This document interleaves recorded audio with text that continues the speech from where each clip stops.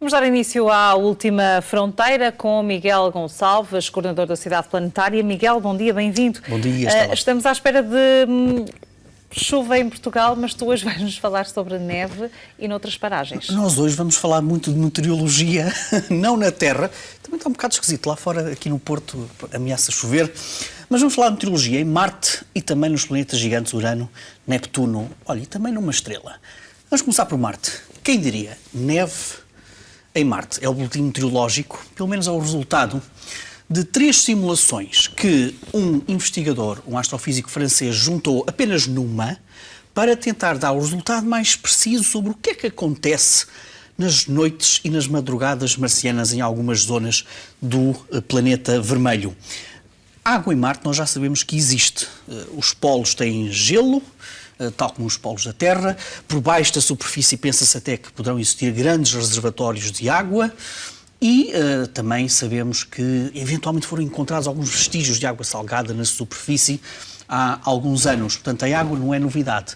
A neve também não é propriamente uma novidade. Em 2008, este rapaz robótico que nós estamos a ver, Phoenix Lander, tinha detectou os primeiros vestígios de neve precisamente em Marte. Mas na altura, o que diziam os estudos era que aquela neve podia cair, demoraria algum tempo, eram flocos minúsculos, cerca de 1000 vezes menores do que as gotas de água terrestres, e que demorariam cerca de 4 horas para cair, ao longo de 2 km, e depois dissipar-se-iam na atmosfera antes de tocar no chão. Era isto que dizia o Lander em 2008.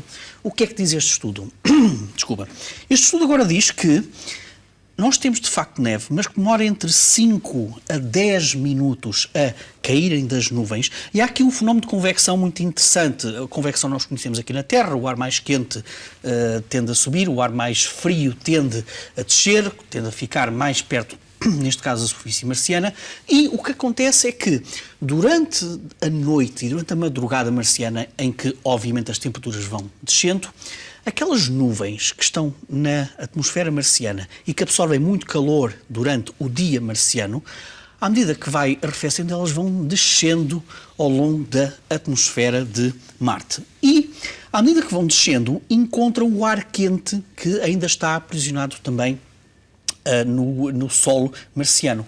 E isso dá origem a que as pequenas gotículas de água congelada comecem então a cair precisamente no solo de Marte. E acontece mais ou menos, este estudo até diz que acontece mais por volta das 2 horas da madrugada, e portanto esse é um fenómeno que os futuros exploradores em Marte têm que estar atentos. Isto é, existe uma grande probabilidade de, nas madrugadas marcianas, nós temos efetivamente a queda de neve no planeta vermelho.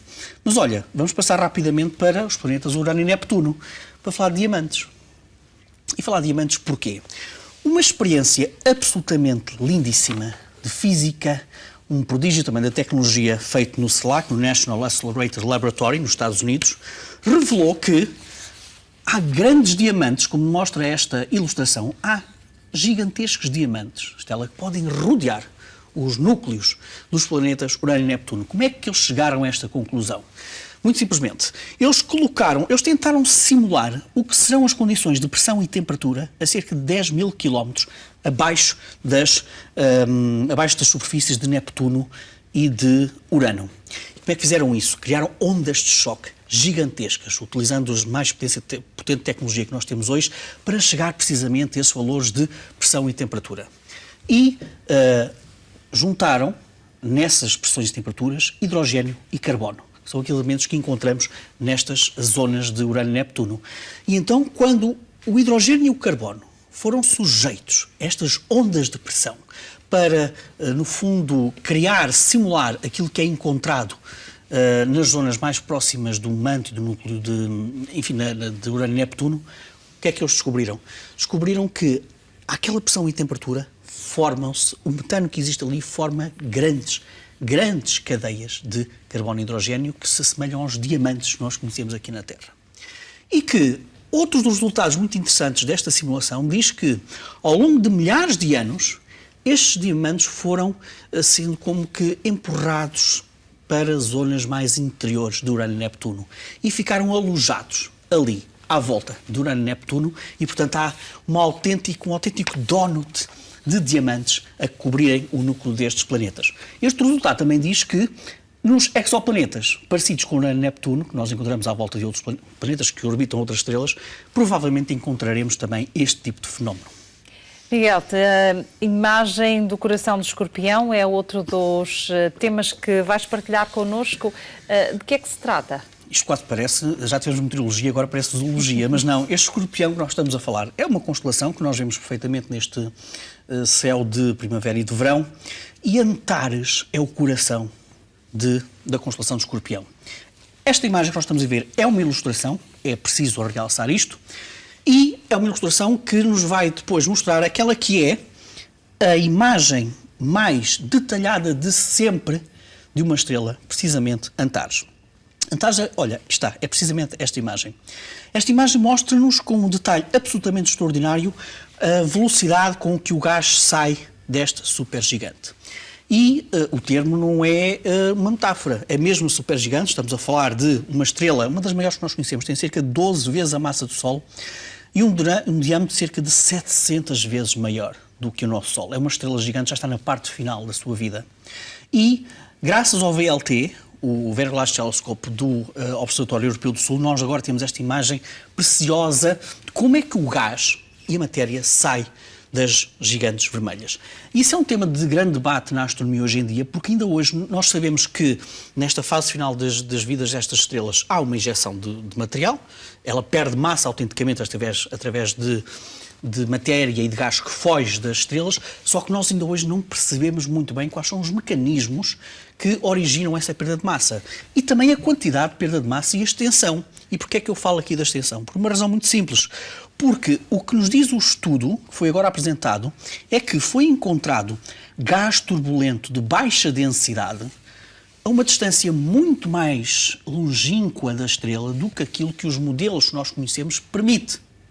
Ou seja, há aqui um outro mecanismo qualquer que está a fazer uma injeção de massa e de gás destas estrelas gigantes que nós não conhecemos ainda, mas aquilo que nós sabemos é que os modelos que nós temos é que não têm. Ainda durante muito tempo.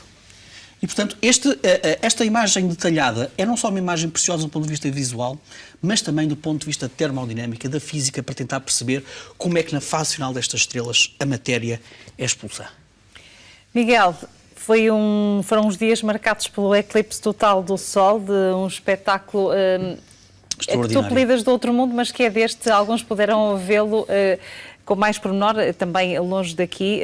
O que te pergunto é que esta é a sugestão da semana. O que é que de facto foi permitido ver?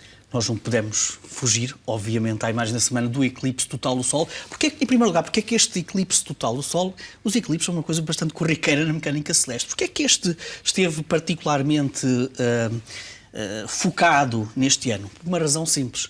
Este eclipse total do Sol foi visto ao longo de grande parte da faixa continental dos Estados Unidos da América e, portanto, houve uma operação mediática sem precedentes, digamos assim, para tentar mostrar precisamente o eclipse total do Sol, e os Estados Unidos e toda a mecânica mediática da NASA, nomeadamente, é absolutamente extraordinário. Obviamente. Este primeiro vídeo que nós estamos a ver foi aquilo que nos foi dado pela emissão da NASA TV e é visto a partir da Terra, o eclipse.